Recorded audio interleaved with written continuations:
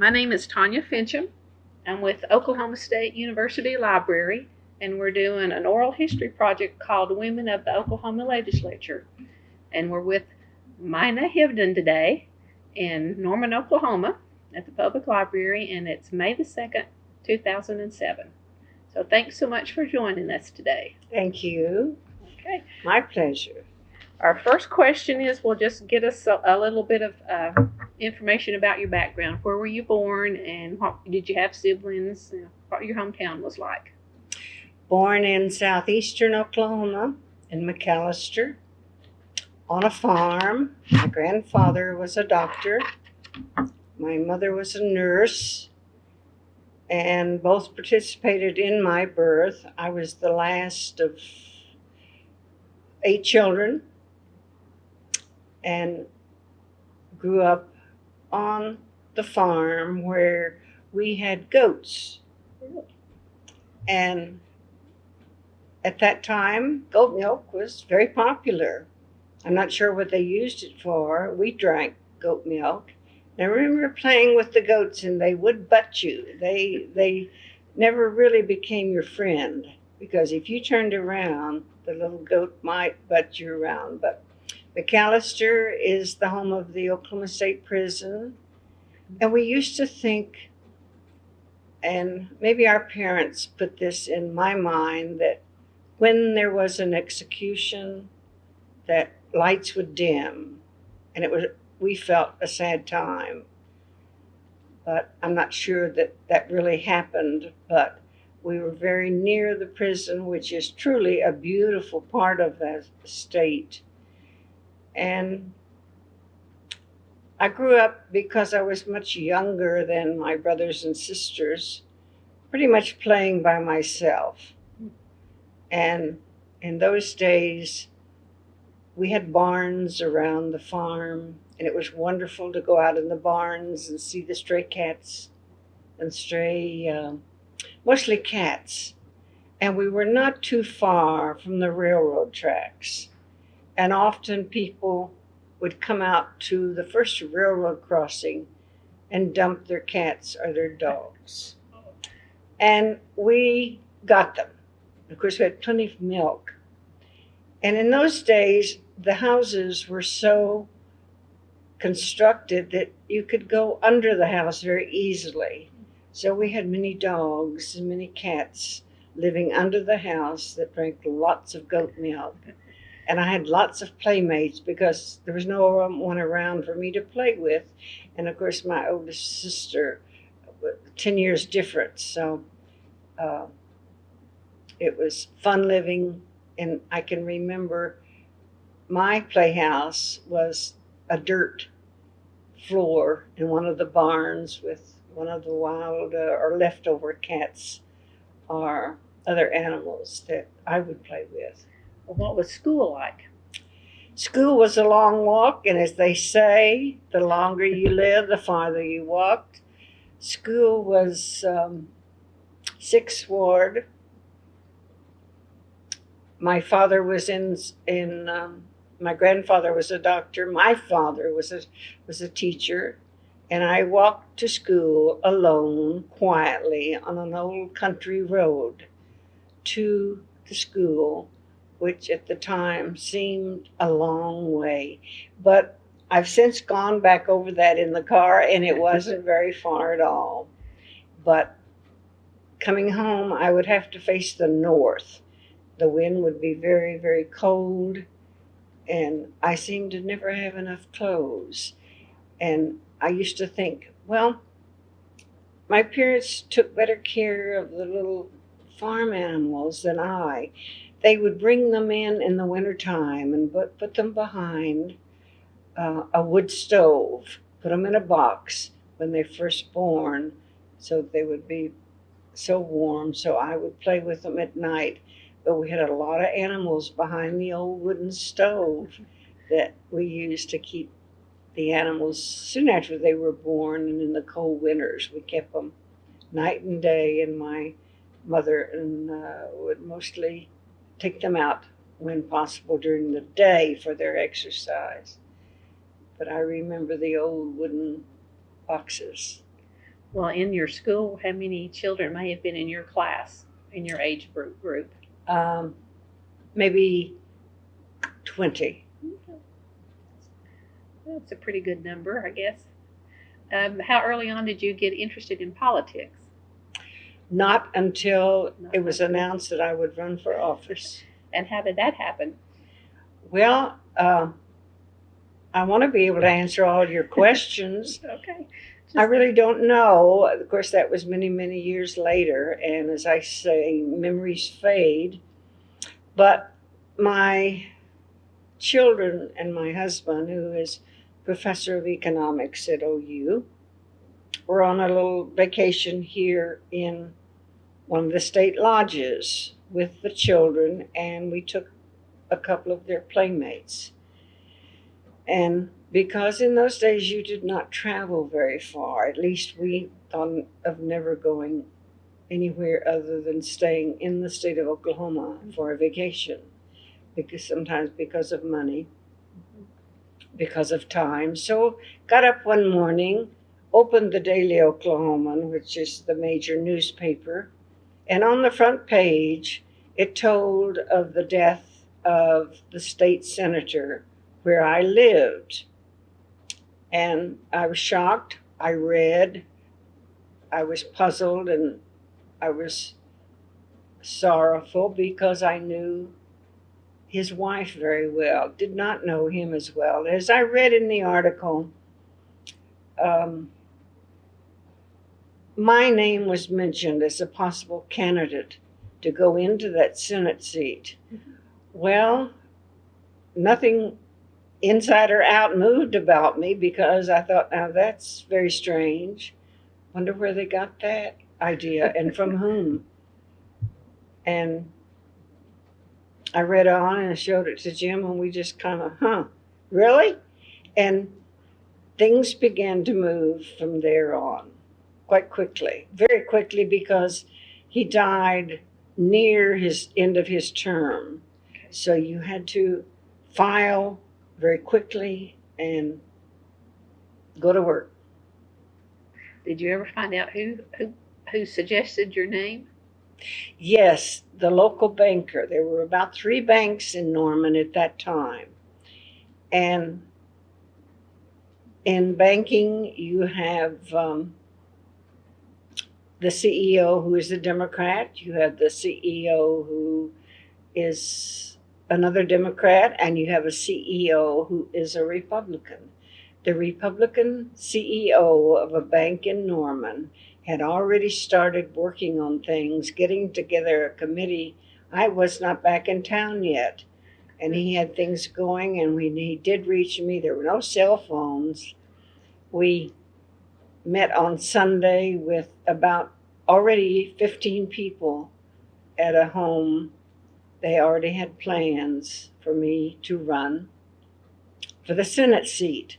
Well, as it turned out, the House of Representatives young man decided to step over in the Senate seat, file there. So that stopped me from going into the Senate. Instead, I took his seat in the House of Representatives, where he had been some years. And of course, he being a Democrat, there was no problem for him. But I, being a Republican, we foresaw lots of problems.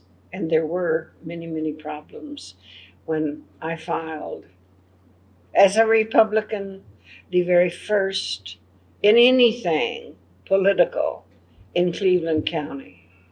And first woman as well? The first woman, and that was an anomaly. They just didn't know what to think, and we all felt this won't work, just will not work. And well, work it did, and I went down 3 dress sizes, going door to door, meeting people, which I loved. And I remember meeting, I have many stories. Molly Griffiths wanted to do a book with her, because I have so many stories of happenings. For instance, I'm going door to door, and I meet a woman who comes to the street, and she tells me I should not be running. I'm a woman, and the Lord did not want a woman in politics. And why am I running? Shouldn't you be home taking care of your children? And I answered all her questions as best I could. But of course, she was not convinced. She was just shocked to think that a woman, not particularly any party affiliation, but that I would leave the home kitchen sink and run for a political office. Well, you surprised her by winning too, I bet. Very much so. How much was your campaign budget for that first time around? Very small, maybe $25,000. That's pretty. And then the second time, did it increase each time you ran? Each time, 3 times.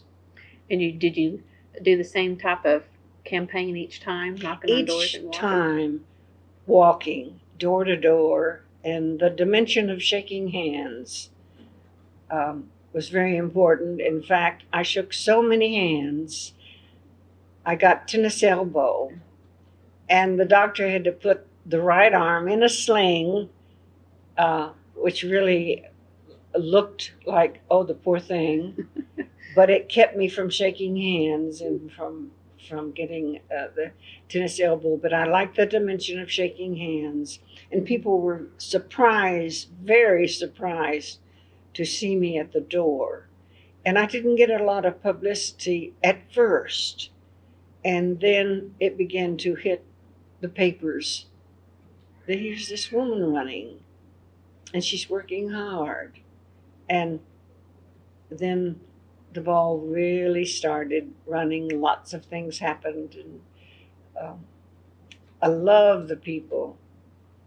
And I kind of made up my own rules about going door to door, which since those years I have advised other candidates the things you do, the things you don't do when you're going door to door, particularly leave the dogs alone. Learn how to face the dogs.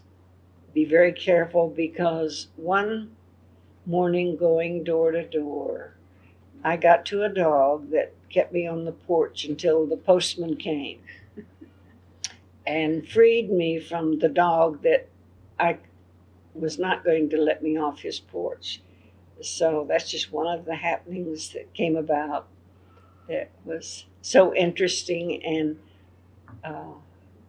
so I do teach the young candidates nowadays about going door to door. Do you have a favorite memory from campaigning? I mean, one that's just immediately comes to the surface. No, other than the woman that met me in the street. And we chatted a long time, but she really wasn't listening. And as I said, memories fade. I was invited many, many places and met many, many people, which I enjoyed. And my children and my husband were cooperative and took over. One child older than the other took care of Jennifer, the younger ones. And that child that was my babysitter stayed in politics, not running for office, but stayed in politics with a senator and on to Washington with a governor here in Oklahoma, went on to Washington with a senator. And she's very astute in politics. Somehow it rubbed off on her. The other child, I was just mom. Well, that's okay too. What was your first day in office like? Lots of cameras, and Judge Lavender of the Supreme Court did the swearing in, and I really didn't know what was coming or what. I had worked so hard going door to door. That's all I did. I was pretty much left alone, though there were forums to attend. What do you think about this? What do you think about that? But the very first day in the House chambers, I was sworn in by Judge Lavender of the Supreme Court here in Oklahoma. Any particular thoughts going through your head? Not a thing. Not I didn't know nervous what or- was happening. I didn't know what was coming. Your whole family was there, I'm assuming? Yes. And I had really no other family. I guess the rest of my family were Democrats, so they loved me. They weren't that excited about and finding out that, say, Mina's a Republican, really, from McAlester. I think there were 2 of us in town in McAlester that were Republicans. Well, did you rent a place to stay, or did you? It's too far to go back and forth each Went back and forth every day. every day. I lived here in Norman, and it was. Oh. I never thought of the commute then. It was not interstate, and sessions began at 10. And I had a very cooperative family, and I got my children to school, and that really was not a difficult time. I often was not home at night, very seldom home at night, had lots of invitations, and sometimes my husband was invited, and when we'd walk into a room, their hand would go to my husband's first. Because, and he would say, no, she is the representative. And I would see that startled look in their eye that they had not read or heard about me as yet, though everybody in this part of the state pretty much knew about me. And of course, my hometown, I was on the front page there. Well, how many other women were in the house at that time? Hannah Atkins had been there not very long, and one more from Tonkawa. Okay, so just So 3 I of was you. the 3rd one. In the Senate, I don't think anybody in the Senate. so just 3 women. 3 women. Did you have to share an office with? No, I had my own office, private secretary of my choice, and on the Republican side, so to speak, assigned a seat, a reasonable seat, though it was very difficult for me, but we can get into that later. Oh, go ahead while we're there. Well, Might as well. I had bills that I presented in whatever committee that bill should be in, and I would explain the bill and full meaning, what it would do, but I never got them out of committee. It was very partisan. They would not let me, they would not pass. It was, the majority was Democrat and controlled, so I had no choice but to accept that answer. So I was not able to do the things I wanted to do, though at the beginning I really didn't know what I wanted to do. But I soon got into things as I talked to people and learned about the needs of Cleveland County, and I represented the major part of Norman and University, but they would not accept me. It was very blatant about not accepting my legislation out of committee. I could not. I did get some things out of the committee, but very little. Do you think it was more because you were a Republican than a female? Both. So, They really didn't like me.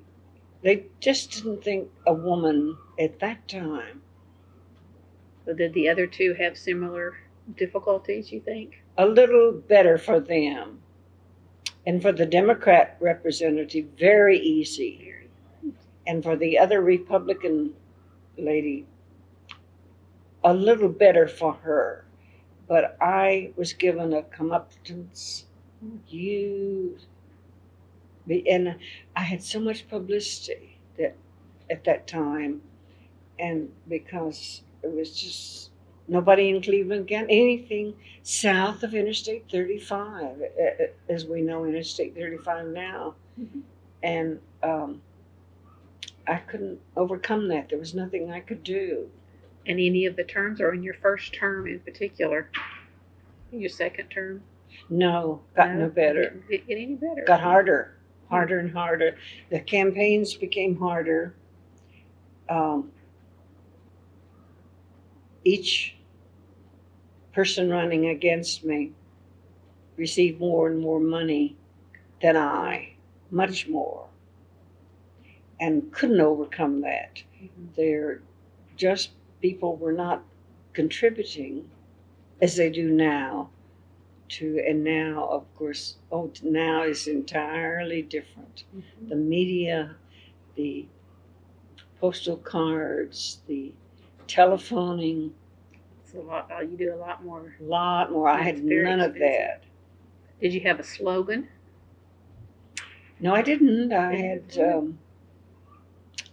very clever bumper stickers with a pretty little flower over my I in my name, Mina, and for that dot over the I had a little yellow flower there that was feminine. But no slogans. Didn't have a slogan then. That's a long time ago. My, how things have changed. Well, they have a little. Some people still have them, and some don't too much. Well, do you have a political philosophy? Or we want to come back to that later? Well, I'm not sure what I would want to say on a philosophy. Okay, we can come back to it in a little while. When you went into office, what were you hoping to get accomplished? I had nothing in my Nothing in mind. Absolutely nothing. It was very quick. As I said, the death and the filing time of the senator was very quick. And the main thing that this banker got together was just getting me elected. And they worked very, very hard. And they felt it just couldn't be done. But if anybody could do it, I could, because I was well known.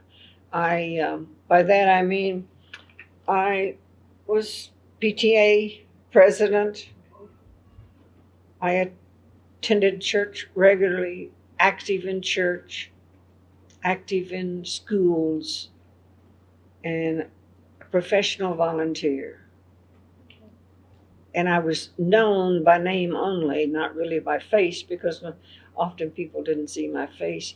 But I loved being with people, and I loved volunteering. And I still do an awful lot of volunteering. We did that more once you were out of office. We went back to that, to volunteering at the Salvation Army? I've been on that board. I don't think you can get off of it once you get on it. I have been on the Salvation Army board because of the wonderful needs that the Salvation Army does, and the fact in its 100 and something years, there's never been a scandal, never been any question about those that give and work for the Salvation Army. And I also am a hospice volunteer. I do respite work. Many people say, "Oh, Mina, how can you do that?" Well, I don't have any problem with the person that's dying. By that I mean I'm saddened, but it doesn't keep me away from sitting by the bed, and maybe they want to be read from the Reader's Digest or read from the Bible, whatever their needs are, as I sit by the bed, or just hold their hand and be quiet. And I have no problem with that. And I work with foster children, not hands-on. I helped work on a grant in Cleveland County and Norman to get money for foster children. There's so many nowadays. They're taken out of homes in the middle of the night from abused children. And say a young baby is taken out of a home somewhere in Cleveland County in the middle of the night because of the abuse, whatever it is. The problem trickles down to me eventually, and I have a number that they call me and they say, "We have this baby." I'm given all the information about the baby, the needs, And I am the one that goes out and buys the needs that that baby needs, from a bed to diapers. And I do that. And of course, I'm very active in my church. And I do other things whenever called upon. I just love being a volunteer. Being a volunteer is like throwing a piece of bread on the water and it comes back to you toasted and buttered and ready to eat. It's so rewarding. Well, from politics, would you encourage young women today to get into it? I would.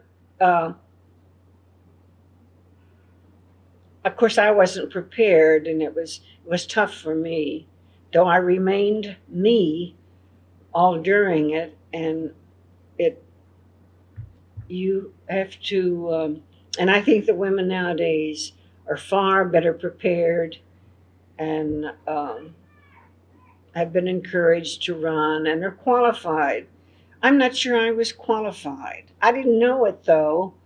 I became qualified quite quickly, but nowadays the women certainly should, and use their wonderful talents and their wonderful faith in their government, whatever side they believe in, and get in there and work and just do the best they can. They will love it.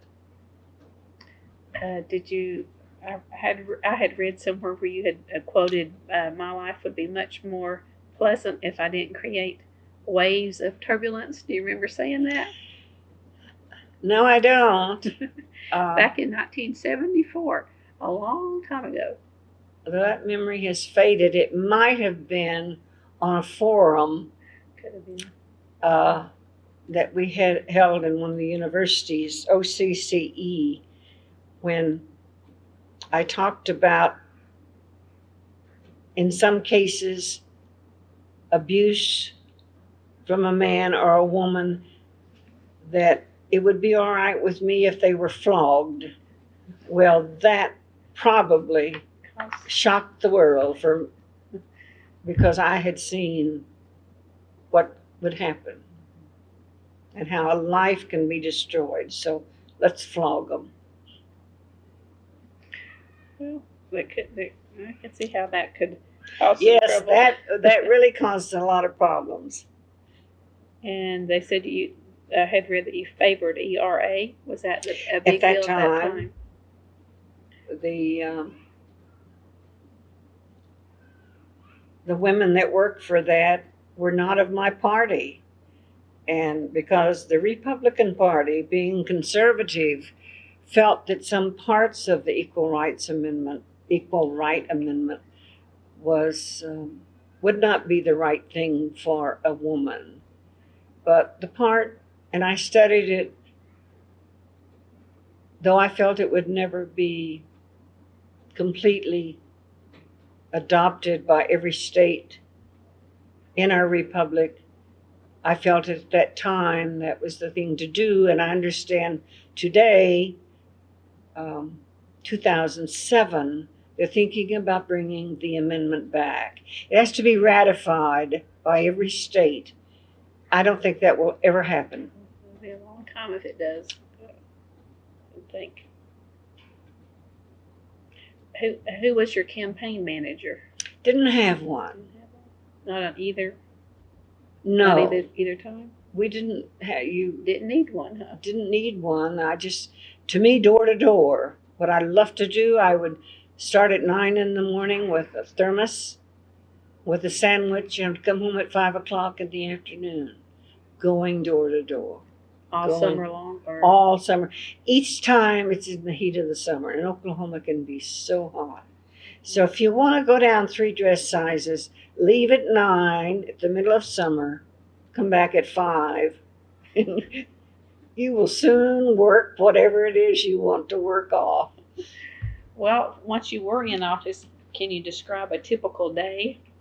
Like, what time would you get up, and then what would you do during the course of the day? Well, I was early morning riser, never was ill. I did miss leave a session, which caused a really big flap. But I would do my homework in the mornings, housework, what needed to be done. But I had a very cooperative husband. He rode his bike to school. We only had one car, and my children would go to school, and we didn't have to walk to the corner with them in those days. And I was 2 blocks from school, and so I would get the young one to school. The other one would meet a friend and walk to junior high, or as we called it, or high school. And I had a very cooperative husband. He never lost weight, so I guess I cooked and fed him well. And once you got to the Capitol, what did you do? Well, usually I would meet the doctor of the day and introduce myself, and then I would go into my office. I had lots of mail. I had so much mail and such a good secretary. And I had to spend a lot of time reading every letter, and some were kind, some were unkind, and look over the bills that were to be presented that day, and of once again being discouraged because I had presented a bill to be in a certain committee and knowing that I was going to be disappointed once again. Did you have a mentor? Not really, other than the older representatives that would advise me and encourage me. And though I didn't get very discouraged, I was told early what it would be like by the other representatives. But each partisan group are very, very close to each other and stick up for each other and vote for each other's bills, but not for me.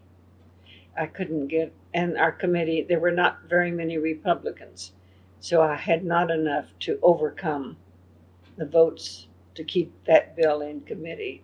Well, did you socialize with them outside of the normal work day? Republicans, I did, yes. We had lots of invitations. And Norman particularly was a great place to be from because lots of things going on at the university. I had so many invitations, so many dinners, and so many things that were very frivolous. Some of them were, but you got to be there. They're looking for you. And there were my appointment calendar was always full. I seldom had time to stay home. You just had to go to everything in town. And particularly Norman, there was a university town, are always busy. And they want you there. And they still do, probably. Still do. Still do. Let's see what else. Oh, the other thing that I read too, that you had proposed bills to eliminate reference to gender. Yes. Can you tell us a little bit about that? Well, I'm trying to remember. There were so many him, male, and that went over great. And many of the, that changed the wording in many legislation from him to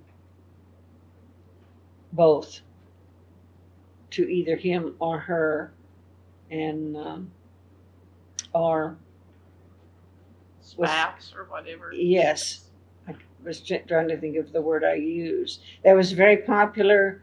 Was a lot of work done about that, and that was a big change and a very good change. It just made things read better in the books of the legislature, and there were many of them. But until that time, it was all male.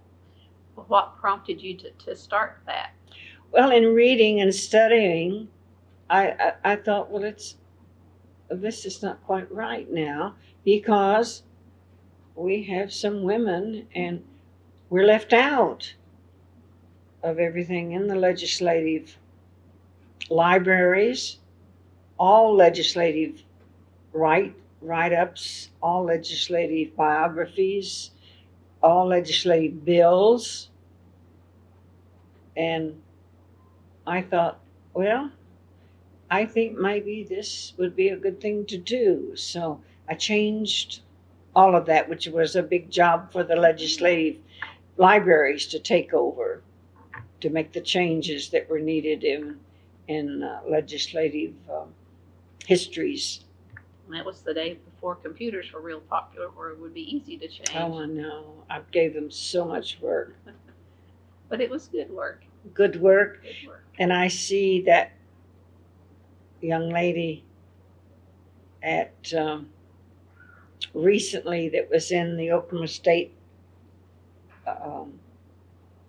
library system, legislative library system. Last week I did for the tests, I monitored tests, one of the schools here in Norman, middle schools. I monitored tests as a volunteer, and you have certain rules and a little bit of study there to do because testing time is, of course, very important, either in whatever grade. And I ran into the woman who was in the legislative library at the Capitol. And she said, I'll never forget you, because I had given the workers so much work, but they did it. And so she lived through it, and it was good to see her again. It's a small world. She thanked you too, probably. Indeed, she did. Well, that's a good story out of your days there. Do you have any other bills that you? Well, I had a bill I was successful in getting, and I don't know what it's called, a large machine that's used in hospitals to detect cancer. MRIs or A li- CAT scans or? Well, I've forgotten the name, but it was before those. Okay. And I was successful in getting that big monster in one of the hospitals here in the state that was used often in those days. Of course, it has progressed now to great, wonderful things, and so has the medicine. But I was successful in getting the machine that would help to detect cancer. It's a very good thing. That too. was wonderful, yes. Well, do you remember your last day that you were in office? Yes, I do. I had very little in my office.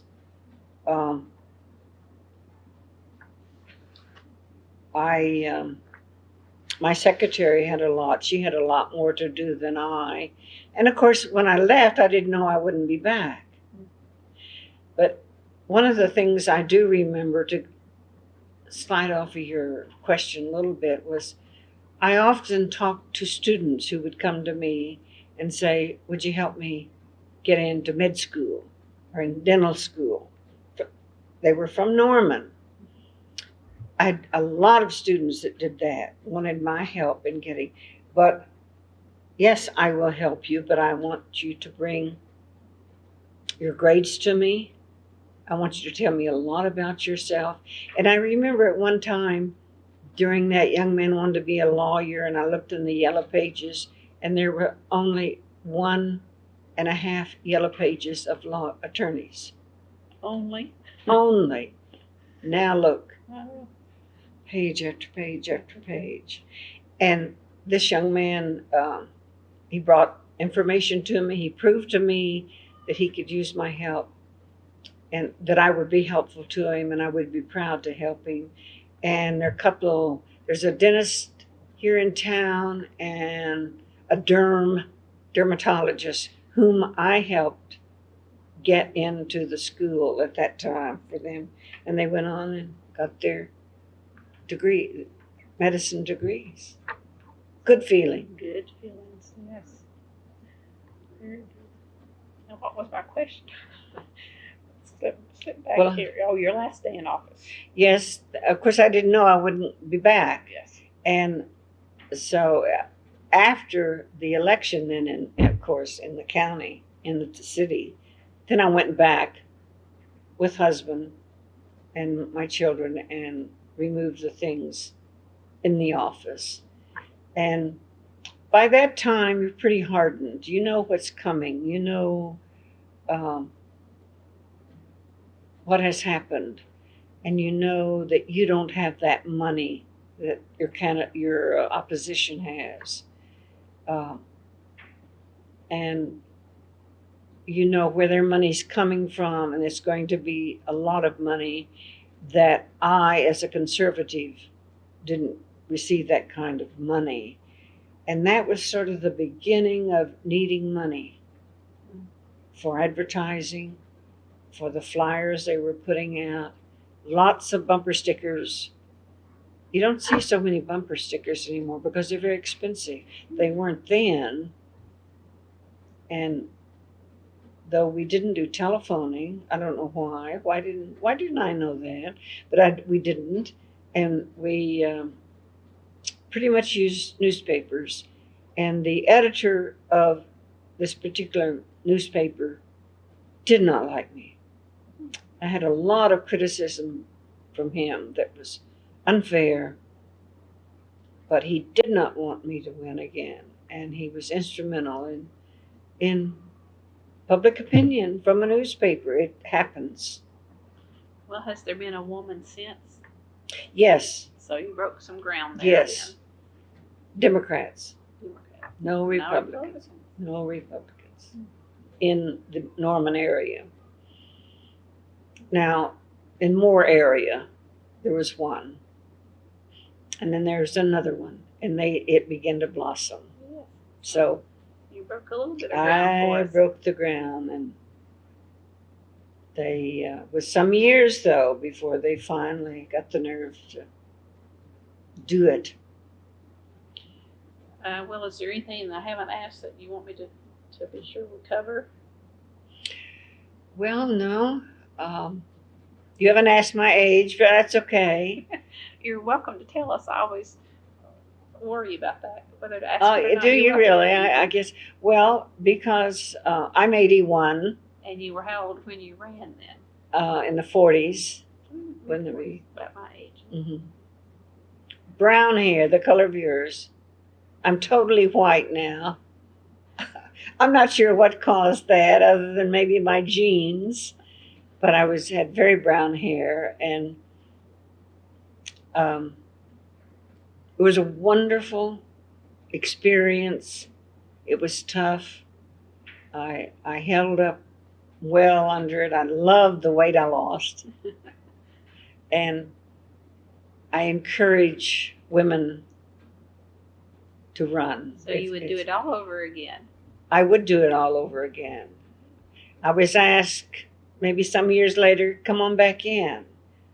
And today I'm active, very active. I do not attend, because of my age, as many meetings. That doesn't interest me much anymore. Co-chairman or chairman of the county, or though I am a conservative and do support them. I let the young people do it now. You make the decisions, and I do a lot of come into my dining room table and talk. I've talked to many, many young men and women, not women, but young men that have run for office, that have come to me first, and we talk. And I tell them what I know, what are the things to do, and kind of check them out. They're all very good. Some have won. Some very good ones have won. Some have not. But money is the big thing nowadays. Very important, because the cost of living is more, and the cost of running a campaign is more. And many are paid workers now. I didn't have that. Most of them have other jobs now. Then is that what you're saying by paid workers? Not necessarily. They may be a CPA during the day, Okay. and in the evenings. Well, what was your salary? Do you remember? You had to have one? I had a salary. It wasn't very much. I don't remember. Was there travel expenses? Yes, about 10 cents a mile or something. And you could speed, and the cops couldn't do anything to you. Really? You were exempt because you were in the legislature? In the legislature, you were exempt. But we didn't speed, did we? No, we didn't. And I was taught how to drive by the local police chief coming home late at night to keep myself safe. Oh, there are just so many things that happened. I wish I could recall the many little things. And I was taken out on a gunnery range and taught how to use a gun, because I came home very late at night after many functions. They were often in the city. And I would be alone in the car, and I was taught how to use a gun and had the permit to keep the gun in the car. And I had one episode that was frightening on the road from another driver, a single man in a car.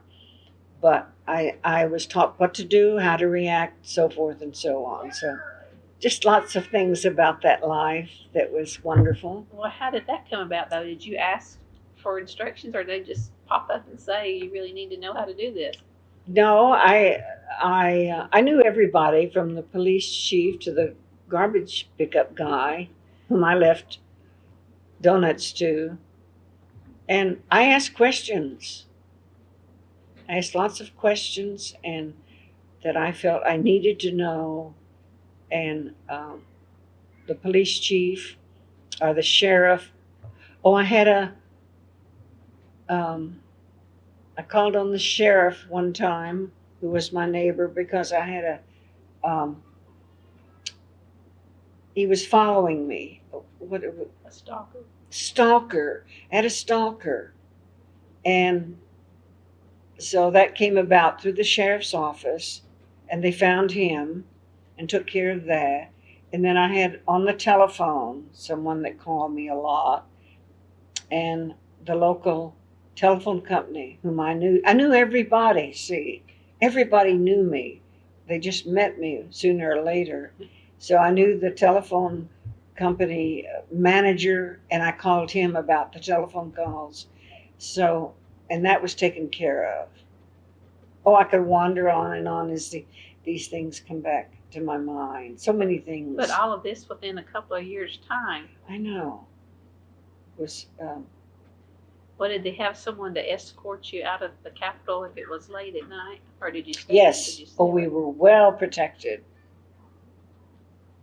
And had assigned parking spots. Signed on the south side of the Capitol.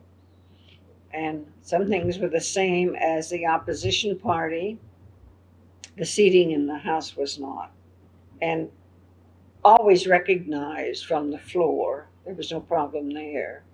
It's just that getting bills through, as we see nowadays in our U.S., the problems that on legislation, on voting, pretty much the same way in the state.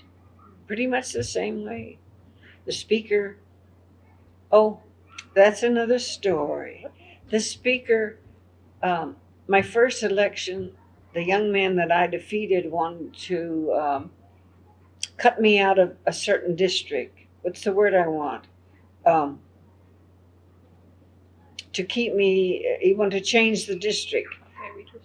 Redistrict, but there's the other word I can't think of right now. And so that there was no way I could win again, because I would be in a heavily Democratic district. And the Speaker of the House, who turned out to be such a good friend, and I can't recall his name. I wish my memories had not faded, but he stopped that very quickly. He said, I will not have that. You will not, the word I want, get her out of the district she's in so that she can never win again. He said, I will not allow this bill to go forth. So Good for him. that, yes, he stopped that. Had he not, it would have been even more difficult for me. I had a lot of difficulties, but I just rolled with them at the time, and I'm sure many, many more memories that I thought they were all exciting, and I really didn't have any problem with depression. Well, did you do your own research when you were presenting the bill, or did No. your secretary? Or, The state legislative library does all of that for you. You tell her what she wants, what you want. She does it all. That's a wonderful system they have, and they still do that. The legislators do very little work on a bill. It's pretty much told to whatever library person that needs to work on it. They do it all. Do it all. It's and then you just have to read everything. Let's that they read it, find and for they do everything. All you have to do is file it. But Well, how do you remember about how long each bill would be page wise? I mean, it's probably some. some Variant. not very thick in those days. They really were quite small, and nowadays I can imagine they're quite lengthy. And the Equal Rights Amendment, of course, was probably the longest one because of the things that the presenters wanted for the women to be able to do, and that was quite lengthy. Well, did you do lunch in, lunch out? Lunch in, lots of dinners invited, could have saved a lot of money. So many things happen every day. You either get a rose or invitations to dinner, so many invitations to. They want to see you, and they want you to say something. And particularly here in Cleveland County, there were so many crippled children's west of town or east of town. There's so many things, and you just enjoy. I enjoyed going to all of them, and I had a very cooperative husband that took over with the children and helping with homework. Did you have to have a new wardrobe? I did. I loved it. I wore suits. And remember, I lost those 20 pounds. I was in a different dress size. And I loved that. There were no long dresses. Never saw a long dress in those days. Suits for women.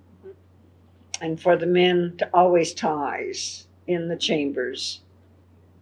Now, the Senate would go in much later in the day. They would go in at 1 o'clock, but the House docket was 10 o'clock in the morning.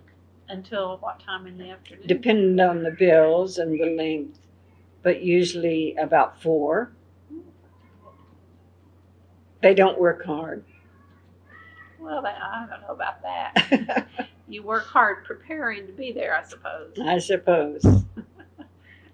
No burning the midnight oil? Not really. No, you receive so much help. You have so much legislative help through the libraries and through the system, the government system. And of course, I was lucky to be in office when there was a Republican governor, and Henry Bellman. And I sat on the right of Ronald Reagan when he was president. He came to Oklahoma, and of course he was Republican, so our caucus met with him, and we had breakfast, and I sat on his right, and I have a picture, maybe it isn't there. Well, that's strange, but so many political people Who else? that I was with. Well, Henry Bellman, Dewey Bartlett. Um, the one that died recently, and they had the 3-day funeral. Oh, Ford. Ford, and met her. She was inebriated. I could have told, because I've read somewhere he never realized that she had an alcoholic problem. I knew at the moment I saw her. Interesting. And I met her, and all of the Republican, didn't meet Nixon because he ran the same day. And the interesting thing, I ran during Watergate years.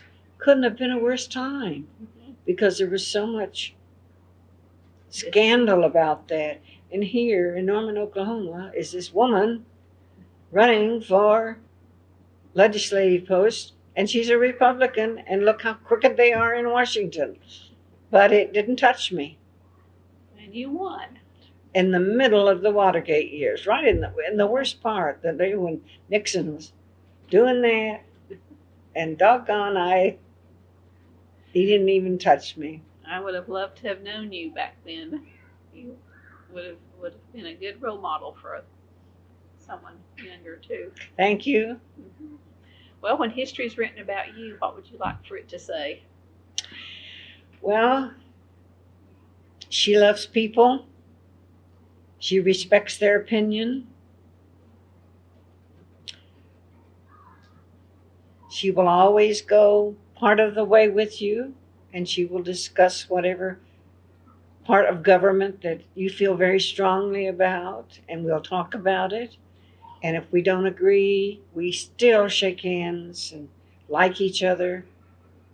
And because that's life, people just don't agree with you, but that I enjoyed the short time that I was in state government. And though I would have liked to make other changes, my timing was wrong. Well, I'm thankful that you were there at least a little while. Thank you. And so thank you for joining us today. Thank you. All right.